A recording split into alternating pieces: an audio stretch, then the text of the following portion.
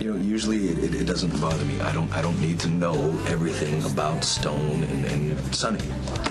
Obviously, there's still pain attached there, and I don't blame her. Stone was her first love. I mean, I guess we all think that losing our first love is tragic. But in Robin's case, it really is. You know, she never talks about it. Not unless we're fighting, which obviously I try and avoid at all costs. Yeah, maybe I should have been tougher that night that Jason Morgan was threatening Ronnie Domesco with a gun. But how could she say that Jason wouldn't hurt him? It's not going to matter. Robin's always going to defend Sonny and Jason. It's the way she is. She's not going to change for me or anybody else. Well, I don't think it's unreasonable for you to want access to that part of her life since she's so close to them. Maybe. I don't even know if Robin could ever tell me. And that must make you feel pretty shut out. Patrick doesn't understand your loyalty to Sonny, and I have to say, he's got a point. Because he wasn't there. He didn't see how wonderful Sonny was with Stone. And when I found out I was HIV positive, how great he was with me. And I'll tell you, I honestly don't think I could have gotten through all of those months with Stone dying and my diagnosis if it wasn't for Sonny's love and support. And so for that, I will always see the good in Sonny, and if Patrick has a problem with that, there's nothing I can do about it. How convenient. What does that mean?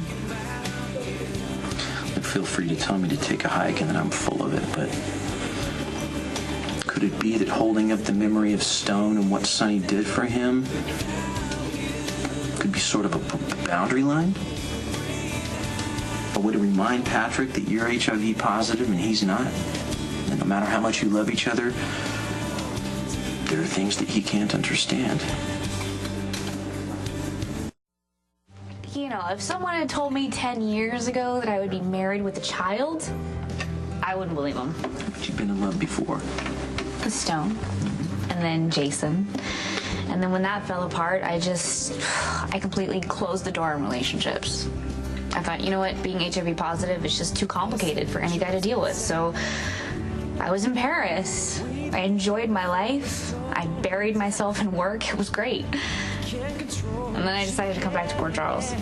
And along came Patrick. He was brilliant, infuriating, so full of himself, just like any surgeon, I guess. So I wrote him off. And then over time, he wore me down, and I got to see how kind he really is. So why not let him into all parts of your life? Including your past with Sonny and Stone. It's not that I'm excluding him, it's just I don't want to be defined by my past. Robin, Patrick loves you. To him, it's obviously just a small part of who you are. You know, it's not him. It's me. You know, every single day I'm reminded of my diagnosis.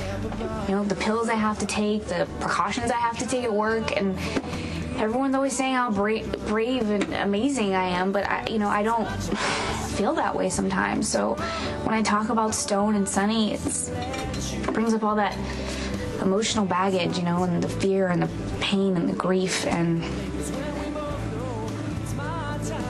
maybe I'm keeping it separate from Patrick because I want my life to be normal.